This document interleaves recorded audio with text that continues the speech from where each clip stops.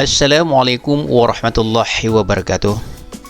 Alhamdulillahirrabbilalamin. Puji syukur kehadiran Allah Subhanahu wa Ta'ala. Semoga kita semua, Bapak Ibu guru hebat seluruh Nusantara, selalu dikurniai kesehatan dan kelancaran dalam beraktivitas. Saya yang bernama Zakirman Hadi, SSI, CGP Angkatan 9 dari Kota Pekanbaru, Riau. Di dalam pembelajaran sehari-harinya, kami selalu dibimbing oleh tim leader yang handal, yaitu Bapak Saripudin SP, SPD, MPD sebagai fasilitator kami, dan juga pengajar praktek yang hebat, yaitu Bu Nanda Gita Rahmawati SPD. Berikut ini adalah hasil wawancara saya dengan Bapak Sekolah kami SMA Negeri 4 Kota Pekanbaru. Assalamualaikum warahmatullahi wabarakatuh.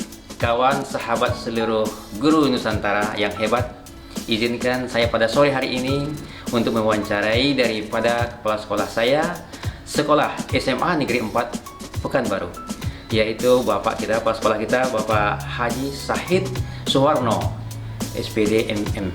Izinkan saya juga menyampaikan kasus yang ingin saya tanyakan, bagaimana keputusan beliau jika sekiranya di dalam permasalahan sehari-hari beliau sering menjumpai guru yang terlambat masuk. Nah, inilah kasus yang ingin saya tanyakan, bagaimana cara langkah-langkah beliau dalam menyelesaikan masalah ini. Ayo teman-teman sahabat guru seluruh Nusantara, ikuti perbincangan kami berikut ini. Oke Pak, Assalamualaikum warahmatullahi wabarakatuh Pak. Waalaikumsalam warahmatullahi wabarakatuh. Pak, izinkan Pak, saya kebetulan CGP daripada guru Bapak ingin mewawancari Bapak pada sore hari ini Pak. Nah, tadi saya menyampaikan pada kawan saya bahwasanya kita akan membahas Pak, bagaimana Bapak akan menyelesaikan jika seandainya dalam sehari-hari Bapak menjumpai guru yang sering terlambat masuk mengajarnya, jika itu dia di jam yang pertama. Tentu arti katanya ini akan mengarah kepada identifikasi lainnya Pak ya. Nah, kalau boleh saya tahu Pak, ini apakah ada bujukan moral sehingga dia melakukan itu, atau ini dilema etika itu Pak biasanya Pak? Ya Pak. Baik ya, mungkin secara garis besarnya ya Pak, saya ingin mengatakan atau menjawab bahwa kita dengan teman-teman guru itu pada dasarnya kita ini sama ya, kita ini kan guru kan. Jadi segala aturan apapun yang kita buat, kalau kita tidak melakukan pendekatan emosional ya, iya Pak, pendekatan personal, kayaknya hasilnya sia-sia. Benar Pak. Mungkin mereka ketika kita nggak ada sudah kabur terus. Ketika kita ada mungkin dia nyantai aman-aman lah, bisa katakan begitu. Tapi ketika kita nggak ada, mereka akan berbuat ya, dan itulah yang tidak kita inginkan. Maka kalau saya sebagai seorang guru juga sampai saat ini saya mengatakan diri saya adalah guru. Jadi kalau ada kelas kosong, guru terlambat, saya tidak akan menunggu manggil dia, tidak akan. Saya pasti akan masuk dulu. Saya akan masuk di kelas itu, ya mudah-mudahan tidak sampai 3-5 orang kan itu kan. Saya akan masuk kelas, saya akan mengajar kan. Tujuannya tidak lain tidak bukan adalah supaya teman-teman kita ini mengambil contoh saja dulu. Contoh. Ya, karena kalau saya menerapkan disiplin hukuman ya, ya Pak ya, itu tetap kita lakukan ya. Tapi saya ingin pendekatannya itu secara pendekatan persuasif, memberi contoh ya. Pak, ya. Nah, jadi kalau harapannya sekali, 2 kali, sampai 3 kali mungkin ya, dia tidak akan mengulang yang keempat ya, kan. Jadi kalau langkah yang saya ambil selama ini, saya akan tanggulangi dulu itu. Tanggulangi Pak ya. Setelah itu nanti pada waktu yang lebih enak saya akan panggil ya, kita ajak bicara apa permasalahan mereka kan gitu kan. Berarti ini mengarah kepada etika lah Pak ya. Iya, etika Pak ya. Saya masalah etika lah, perbaikan etika ya Pak ya. Ya. Oh gitu. Tadi langkah-langkahnya sudah Bapak sampaikan tadi Pak gitu kan. Kira-kira ada nggak langkah-langkah konkret lagi Pak yang bertahap kan gitu yang dilakukan kepada guru yang bersangkutan itu Pak terhadap pembinaan etikanya Pak? Iya, tetap kalau pembinaan etika di samping yang seperti yang saya lakukan pertama tadi kan. Betul, saya akan coba gantikan, setelah itu akan saya panggil. Saya juga akan pelajari sih sebenarnya. Guru ini bagaimana kehidupan emosionalnya, kehidupan spiritualnya, ya karena di situ menurut saya sangat penting sekali. Manakala seorang spiritualnya bagus, dalam hal ini agamanya bagus, kayaknya sekali itu sudah ini. mungkin di rumahnya juga banyak permasalahan. Jadi disitulah kami akan mengambil peran untuk membantu. Tentu kalau nggak bisa, kalau sudah banyak, tapi insya Allah belum banyak ya. Kalau sudah banyak tentu kita akan buat tim ya. Iya, Kita betul, buat tim. betul. Langkah berikutnya kita buat tim. Kayaknya nggak sanggup kalau sekolah sendirian. Tapi insya Allah kayaknya belum jumpa yang masalah-masalah. Motor itu Pak ya. Iya. Tapi langkahnya itu. Langkahnya itu, Pak, ya. Kami tetap akan identifikasi. Kalau sekali, 2 kali, kenapa masih ini juga? Apakah ada permasalahan di rumahnya? Setelah itu mungkin kita lihat bagaimana sih ya kehidupan mereka dalam beragama dan seterusnya. Pak ya. Langkah-langkah itu ada, tapi saya lebih cenderung menggunakan pendekatan seperti itu. Yang persuasif itu. Iya, Oke. persuasif. Nah, langkah yang Bapak sampaikan tadi, ya saya yakin itu artinya benar gitu Pak kan. Itu efektif tuh Pak ya dalam penanganan terhadap keputusan. Selama ini yang Efektif, saya Pak, ya? lihat efektif, Efektif, karena ya? kita tahulah ya teman-teman guru kita ini kan semua orang yang beragama, semua orang iya. yang ini ya. Betul. Walaupun makin kesini kadang-kadang makin ya pengaruh kehidupan sosial mereka nggak bisa dipungkiri ya. Iya, iya. Nah, memberikan keputusan seperti itu, pembinaan itu langkah-langkah seperti itu Pak. Tantangan tak mungkin tak dihindari Pak ya. Iya. Kira-kira tantangannya apa tadi Pak? Ya tantangannya itu Iya, itu kan. kalau dibilang Iya. tantangannya kembali ke itu tadi yang saya katakan di depan tadi. Kalau mereka banyak sih sebenarnya dari faktor ekonomi juga. Tapi kalau kita runut ketahuan nanti tuh. Mungkin dia di rumah banyak juga Permasalahannya, Pak ya. Bayangkan aja kalau kita harus masuk pukul 7. Ternyata seorang guru itu mengantar anaknya dulu ke 2 tempat yang berbeda. Kita bertanya lagi, kenapa tidak berbagi tugas? Iya, betul Pak ya. Ternyata mereka suaminya tidak di tempat. Seperti ini yang terjadi. Dalam penyelesaian supaya artinya keputusan jadi efektif tadi, langkah-langkah sudah Bapak kemukakan gitu Pak ya. Iya. Tentu ada faktor-faktor, ada ya hal-hal lain yang membantu Bapak dalam penyelesaian ini Pak. Sehingga keputusan itu betul-betul keputusannya baik Pak. Iya. Yang membantu apa aja ya Pak? Jadi kalau selama ini yang kami lakukan, kita kan di sekolah ini ada punya wakil, ada 4. Iya betul Pak. Walaupun kita punya 4 wakil itu kan mungkin belum semua juga bisa dibawa untuk mengatasi permasalahan dengan kawan-kawan guru. Betul. Karena di antara sekian banyak guru kita ini kan Anda dengan wakil malah yang wakil melebihi kepala sekolah malah. Iya betul juga Pak ya. Sehingga dari sekian wakil dan bahkan guru juga ada yang kita ambil kan, untuk membantu Pak ya. membantu merumuskan kira-kira ada masalah seperti ini kita ambil begini gimana pas Iya. ya. Betul. Bahkan masukan-masukan untuk justifikasi hukuman ini kan kadang kalau saya sendiri ngalami selama ini lebih banyak datang dari teman-teman. Gitu. Wakil, Bapak nggak boleh terlalu Iya. harus ini. Saya selalu pertimbangkan itu. Oh iya, bisa juga seperti itu. Berarti itu masukan teman sangat berharga kali Sangat Pak ya. berharga, sangat kali, Pak ya.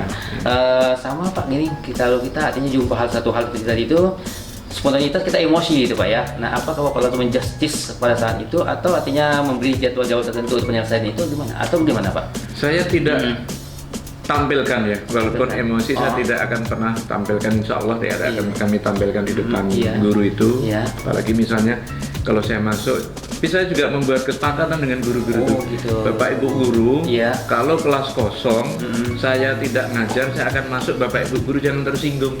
Nah, seperti gitu, itu. Ya. Mungkin beliaunya tidak malu dengan saya, tapi mungkin malu dengan kawan yang lain gitu. Sehingga salah satu solusi untuk memberi pembelajaran seperti itu. Gitu ya Pak ya. Nah, tentu ada hal-hal yang pengalaman yang sangat berharga yang bisa diambil dari itu Pak ya. Atau ada hikmah di sebalik itu Pak, mungkin dari putusan yang Pak buat, tindakan yang Pak buat, langkah-langkah yang Pak buat. Kira hikmah atau pengalaman yang perlu berharga apa kira Pak? Kalau hikmah yang saya rasakan, iya Pak. guru tuh nggak ada yang berbuat lagi gitu. Begitu Pak ya. Iya. Sadar sendiri ya Pak ya. Kayaknya sadar. Ya. Karena bagaimanapun mungkin dia mikirnya gini, kepala sekolahnya aja mau ngajar, apalagi saya kerjaan masih banyak mungkin begitu. Tapi ada juga lah mungkin ya 1, 2 adalah sekian lama kita berbuat kayak gitu tuh. Iya. Malah ada yang senang gitu. Senang Pak. Udah kalau saya nggak ngajar, kepala sekolah kan ngajar gitu. Lepas tugas saya katanya Pak ya. Lepas juga. Tapi insya Allah kayak gitu jarang. Benar Pak ya. Kita. Baik Pak, terima kasih banyak Pak. Ini banyak pelajaran yang kami dapat dari Bapak. Bagaimana cara Bapak mengambil keputusan, melakukan tindakan terhadap satu hal guru yang melanggar etika gitu Pak ya. Jadi dilema etika memang artinya dilema yang sangat membuat karakter daripada guru itu ya bagaimana lah itu Pak kan. Ini sangat ya berisiko gitu Pak kan. Nah, dengan adanya cara Bapak memberi keputusan tadi, mengambil tindakan tadi, ini pelajaran buat kami, Pak. Dan semoga nanti bisa kami aplikasikan juga dalam sehari-harinya. Tidak pun dalam jadi seperti Bapak jabatannya, mungkin sebagai guru biasa kami mungkin bisa mengaplikasikannya, Pak. Terima kasih banyak, Pak, sudah mau berbagi dengan kami, dan terima kasih juga waktu Bapak sudah kami cita untuk wawancara, Pak.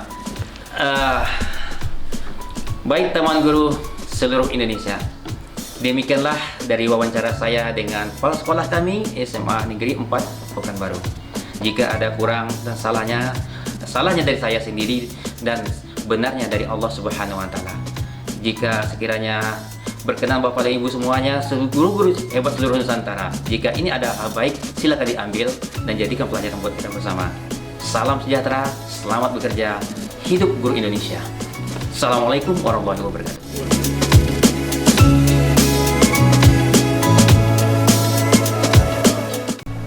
Ya, Assalamualaikum warahmatullahi wabarakatuh. Apa kabar seluruh daripada guru-guru hebat seluruh Nusantara?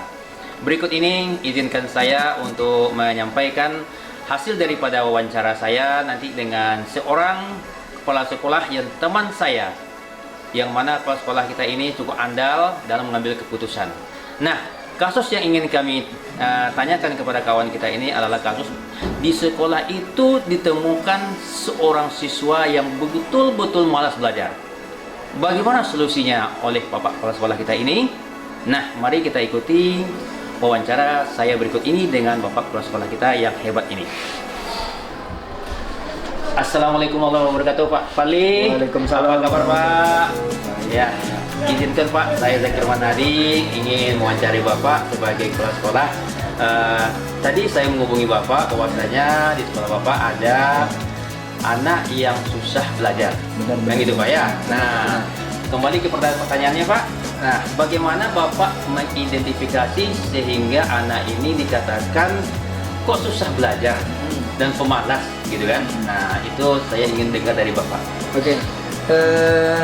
Sebelumnya nih Pak, saya kan kepala sekolah di MI nih, Iya. dasar ke SD. Betul. Yang pertama memang merubah karakter anak itu dari ya biasa tidak sekolah, bermain di luar, kembali Iya. ke sekolah. Artinya berawal dari sekolah. Baru perdana nih Pak. Iya. Jadi saya telaah, kemudian identifikasi lagi terkait dengan karakter masing-masing anak. Ada kelas atas, kelas tengah, dan kelas bawah. Oh gitu. Iya Pak. Nah, Gitu kelas Pak ya. atas Iya, itu iya. memang anaknya tuh ambisi untuk belajar. Sesuai dengan kapasitas umurnya juga, Iya. kemauannya juga. Iya. Ada kelas sedang yang ada bermainnya, terus ada juga belajar, dan ada yang kelas paling bawah nih Pak. Yang Bapak sampaikan tadi, Iya. ada anak itu memang susah kali belajar, memang ada. Iya, Ada iya. yang kami alami seperti itu. Jadi kami itu melihatnya dari laporan dari wali kelas terkait dengan kebiasaan anak. Kebiasaan anak itu seperti kami kan setiap paginya ada sholat duha berjamaah. Benar-benar. Dia tidak ikut. Yang pertama. Iya, iya, iya. Sekali dua kali ditegur, ada Ditegur. pendekatan, Iya, iya. juga tidak berubah. Iya, Perubahannya iya, pun evaluasi palingan 2 hari, itu dibalik lagi. Sehingga dikatakan dia malas. Oke. Belajar pun seperti itu juga. Oke. Malasnya kalau saat belajar itu dia banyak mengganggu teman-temannya. Iya, Oke. banyak bermain. Jadi itu yang kami dapatkan identifikasinya. Iya. Ada memang satu orang anak itu memang susah tadi Pak. Jadi ini termasuk dalam dilema etika ya Pak ya? Iya, dilema etika etika. ya. Oke, baik. Kemudian gini Pak, kita kan artinya sudah masukkan di beliau anak ini gitu kan dalam dilema etika gitu Ya, Pak ya. benar. Nah, sehingga ada namanya nanti kata-kata benar-benar benar salah. Nah, keputusan tersebut bagaimana cara Bapak mengambilnya sehingga bisa masuk ke dalam dilema etika?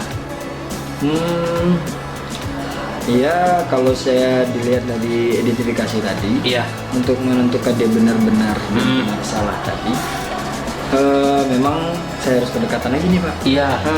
Jadi dari wali kelas saya tugaskan pendekatan lagi, apakah anak ini benar-benar dia Benar melakukan? benar-benar melakukan atau karena mengikuti. Itu dia. tadi ya. Ikut, karena namanya anak tingkat SD dasar, kebanyakan ikut-ikutan. Betul. Setelah identifikasi lagi lebih dalam, memang karakter anaknya. Oh, karakter lagi ya Pak ya. Iya. Oh, sehingga kepada etikanya Pak ya. Etikanya, betul gitu. Ya. Sehingga diputuskan demikian. Iya, Oh. itu dia. Oke Pak, yang ketiga saya bertanya Pak. Tentu kan kita sudah tahu identifikasi sudah oke, termasuk kayak golongan ini dia. Maka langkahnya yang ingin Bapak lakukan dalam menyelesaikan masalah anak ini apa aja langkahnya Pak ya? Ya, jadi gini Pak, tadi Ya. sudah saya sampaikan sedikit. Iya betul, Cuman bukan udah saya- tadi. Iya, saya sampaikan lagi, Pak, iya benar. di depan. Lanjut, Pak. Yang pertama, kami ada pendekatan dulu Pak. Hmm, Dari identifikasi betul. tadi, Iya, kami ada pendekatan pendekatan, terkait nah. dengan anaknya, Hmm. dengan orang tuanya. Tapi yang lebih utama kepada anaknya dulu. Iya. Oh gitu. Kepada anaknya dulu, Kepada Pak. anaknya dulu. Jadi Iya. anaknya itu sudah kami identifikasi, ya kami proses, proses artinya pendekatan. Hmm. Kemudian nanti ada evaluasi. Iya. Evaluasi selama 1 minggu paling lama. Dia ada perubahan, Oh, kita balik lagi sekali. gitu. Dan kami membuat ini di dalam format yang kami buat itu adalah 2 kali Pak, pemanggilan, Oh, itu bagaimana? Iya, betul. pendekatan, kemudian baru sama orang tua. Bagaimana karakter anak ini di rumahnya. Jadi kita perpadu situ, kita coba hubungkan, ya. apakah dia ini memang karakter yang dibawa ke sekolah atau memang dia di sekolah dia muncul. Oh gitu. Nah, gitu Pak, dia Iya, ada temuan iya. di situ. Kalau dia dari rumah, Ah. berarti kami ada pendekatan lagi sama orang tua, Gitu. bukan sama anak lagi. Sama anak, gitu. Jadi kalau misalkan Gitu, dia memang dibawa dari sekolah, memang ada di sekolah dia buat seperti itu, berarti kami pertama pendekatan khusus kepada anak. Jadi langkah pertama itu pendekatan anak. Pendekatan anak, iya. Dengan langkah kedua orang tua. Orang tua. Yang ketiga, anak ini ternyata lebih lagi ekstrim lagi ya. Ternyata artinya anak itu memang kalibernya atau etikanya sudah ya udah dengan jati diri sendiri. Gitu Pak ya. Oh iya. Jadi Betul, kami ya. akan ada evaluasi lagi sampai 3 kali. 3 kalinya. Ada formatnya, pendekatannya ini anaknya apa. Kami adakan pendekatan khusus. Pendekatan itu ya. Untuk anaknya kami asingkan dulu, bukan asingkan sih, kami pisahkan dengan kawan-kawan kelompok belajarnya tadi, Sehingga? yang kelas rendah tadi, sehingga kami mencari Oh, tahu gitu. apa kebiasaan anaknya, hobi anaknya, terus kebiasaan dia. Oh gitu. Jadi bisa nanti kami sanding saat kelompok belajar di kelas bawah tadi. Seandainya nanti ada perubahan lagi setelah kami pisahkan tadi, nanti kami naikkan di kelas sedang lagi. Jadi dia bertingkat. Nah, kan ada tadi keputusan yang Bapak ambil begitu caranya penyelesaiannya. Apakah efektif kira-kira dalam melakukan tindak daripada penyelesaian masalahnya itu Pak? Kalau efektif Pak, alhamdulillah Efektif ya? Sehingga anak gitu. yang tadi itu sudah berada di kelas sedang Pak. Nah, karena awal muasalnya kami tidak sampai kepikiran ke situ. Oh gitu. Nah, begitu. Cuman saya coba nelaah lagi bagaimana sih psikologi anak terkait dengan itu. Alhamdulillah dapat formulanya ya seperti itu. Pertama ya dikatakan tidak efektif Pak, karena anaknya ini memang susah. Dia. Setelah kami lakukan itu sama wali kelas dengan guru yang paling dia senangi, alhamdulillah sampai sekarang kembali kepada di kelas sedang dia. Makanya dikatakan efektif Pak ya? Dikatakan efektif dia. Nah, tentu tidak arti katanya tidak sewaktu-waktu Bapak lakukan itu ada jadwal-jadwal dan kemudian ada perubahan tempat yang dilakukan itu. Nah, kira-kira bagaimana itu Pak? Kalau untuk jadwalnya Pak, dijadwalin ya Pak? Dijadwal Pak, tetap kita jadwalkan. Karena ini bukan bahasanya dengan pola belajar. Pola belajar ya. Bukan. Ini bahasanya psikologi anak. Jadi pendekatan. Kalau pendekatan itu butuh waktu-waktu, terus butuh ada evaluasi. Disitulah kita ambil keputusan. Oh gitu. Berarti dibuatlah semacam tahap-tahapnya Pak ya. Oke. Dengan tempatnya berbeda. Oke.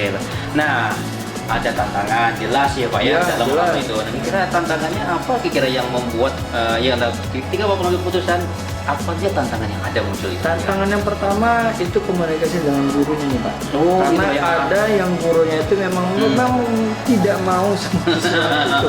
Pasti ada. Ada ya. Pasti ada. Cuman ya itu tadi Pak. Kita juga pendekatan selaku kepala sekolah dengan gurunya, pendekatan lagi lebih dalam lagi. Kemudian nanti kita berikan pencerahan dan format. Format ya. Nah, memang Pasti ada Pak, Oh, pasti ada. gitu. Nah, ada tantangan tadi Pak ya. Nah. Tentu ada juga orang yang membantu Bapak dalam melakukan hal itu Ya. sehingga tindakan itu efektif tadi kan. Ya, Tentu benar. kira apa saja dan siapa saja yang membantu Pak? Oke, yang membantu yang pertama itu Pak, saya ambil keputusan itu yang pertama dukungan dari wali kelas dulu. Oh, gitu. Karena kan yang mengidentifikasi observasinya itu saya dibantu Iya. oleh wali kelas. Oh. Setelah itu nanti ada dari wali murid. Wali murid karena kan kami ada pertemuan. Semuanya ya. Kami namanya DMI ini pasti ada pertemuan apa namanya pengajian dan lain-lain. Iya. Itu nanti kita sharing. Oh, gitu. Jadi penunjang saya atau pembantu saya untuk menyelesaikan masalah ini itu guru, wali kelas, ya. terutama kemudian wali murid. Oke, nah semua perjalanan sudah Bapak sampaikan. Ya. Kira-kira apa hikmah yang dipetik dari pengambilan keputusan Bapak tadi? Wah, kalau itu Hikmah. sangat hikmah, sangat besar. Hikmah. Karena gini, saya baru ngalamin dan Iya. baru ngerasain ngadapin seorang anak yang memang karakternya itu kategorikan malas. Malas untuk belajar, malas untuk dia fokusnya untuk bermain. Apalagi saya di tingkat SD atau Iya, LI, iya betul. kan? Jadi hikmah yang saya ambil memang pelajaran besarnya adalah saya bisa apa namanya mengelola karakter anak melalui kerjasama teamwork tadi. Ya, bahwa teamwork itu penting. Dari situlah saya ambil hikmahnya sehingga anak itu dapat berubah. Gitu. Dan sulit Pak, atas nama psikologinya memang susah. Memang susah Pak ya. Kita masuk di dalamnya. Wah, berarti saya sudah dapat ilmu dari Bapak. Semoga nanti bisa saya terapkan juga di dalam pengambilan keputusan yang lain nih Pak ya. Siap, Pak. Terutama bermasalah dengan anak yang pemalas ini Pak ya. Iya, Pak, Terima kasih banyak. Saya sudah belajar banyak dari Bapak. Wah, maaf saya sudah mengganggu waktu Bapak kan. Tidak masalah Oke, Pak. Makasih Pak. Ya. Teman guru hebat seluruh Nusantara. Saya tadi sudah mewawancarai daripada teman saya. Itulah hasilnya.